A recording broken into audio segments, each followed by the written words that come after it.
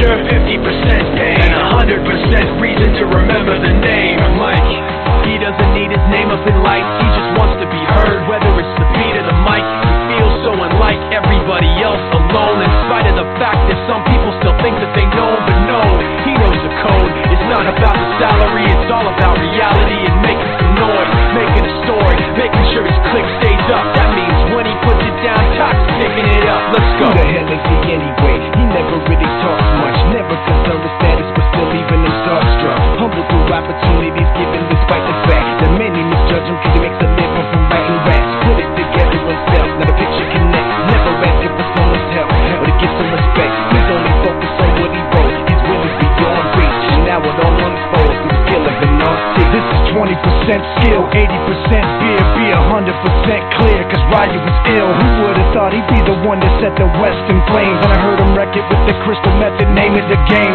Came back, dropped Megadeth, took him to church. I like Bleach, man. Ryu had the stupidest verse, this dude is the truth. Now everybody giving them guest spots and stocks through the roof. I heard he f***ing with S-Dot. 10% luck, 20% skill, 15% concentrated power of will, 5% pleasure, 50% pain, and 100% reason to remember the name. They call him Ryu, he's sick and he's spitting fire. And Mike got him out the dryer, he's hot. Found him in Fort Minor with Talk with a f***ing nihilist porcupine. He's a the type women wanna be within rappers. Hope he gets 8 years in the making, patiently waiting to blow. Now the record with your notice taking over the globe. He's got a partner in crime, this is equally dope. You won't believe the kind of that comes out of this kid's throat.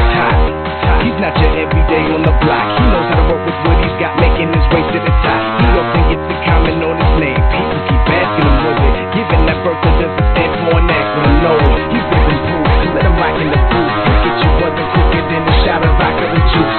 Him and his crew are known around as one of the best, dedicated to what they do and give 100%. Forget Mike, nobody really knows how or why he works so hard. It seems like he's never got time, because he writes every note and he writes every line. And I've seen him at work when that light goes on in his mind. It's like a design is written in his head every time, before he even touches a key or speaks in a rhyme. And those other fellas he runs with, the kids that he signed, ridiculous, without even trying. How did